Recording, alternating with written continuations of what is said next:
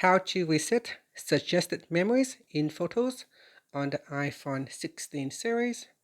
First, let's return back to the home screen by swiping up at the bottom of the screen. Then on the home screen, tap on Settings. Now from the Settings page, we then scroll down, and from here, tap on Apps. Then we scroll down and then tap on Photos. After that, we then scroll down, and in here, tap on Reset Suggested Memories. Tap on that.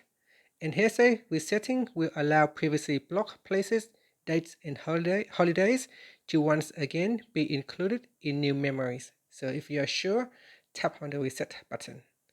And that's it. After that, you can swipe up to go back to the home screen. Now tap on the Photos app, and after that, shortly in Memories, it will slowly collect and show you photos of your memories. And that's it.